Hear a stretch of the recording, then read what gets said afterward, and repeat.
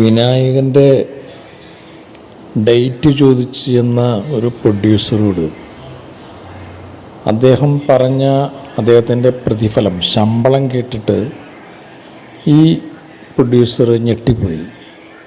അപ്പം അതിനെപ്പറ്റി അന്വേഷിച്ചു.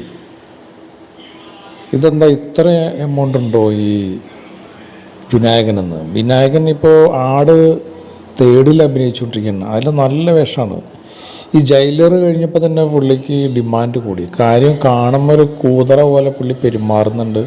കഴിഞ്ഞ ദിവസം തന്നെ ലൊക്കേഷനിൽ വെള്ളമടിച്ച പൂസായ കാര്യം വീഡിയോയിൽ മാർഗമൊക്കെ നമ്മൾ വീഡിയോ വഴിയൊക്കെ നമ്മൾ കണ്ടായിരുന്നു. അപ്പോൾ തോന്നി ഇയാളെന്താ ഇങ്ങനെയെന്ന്, അഹങ്കാരം തലയ്ക്ക് പിടിച്ച് ഇരിക്കുന്ന എന്താണെന്നൊക്കെ തോന്നും. പക്ഷേ ഇദ്ദേഹം പറയുന്ന പ്രതിഫലം ഇപ്പോൾ 2 കോടിയാണ്, 2 CR പുള്ളിക്ക് ഇപ്പോൾ കിട്ടേണ്ട പ്രതിഫലം.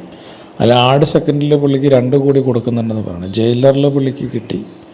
അപ്പോൾ ഇദ്ദേഹത്തിൻ്റെ ഡിമാൻഡ് കൂടി. ഇദ്ദേഹത്തിന് എല്ലാത്തിനും വർക്കുണ്ട്.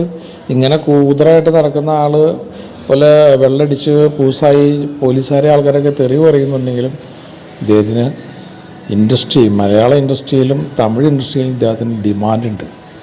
അതിന് ഇദ്ദേഹം ഇപ്പോൾ 2 കോടി ചോദിച്ചാലും കൊടുക്കേണ്ടി വരുന്നത്. 2 കോടി രൂപയാണ് ഇപ്പോൾ വിനായകൻ്റെ റേറ്റ്.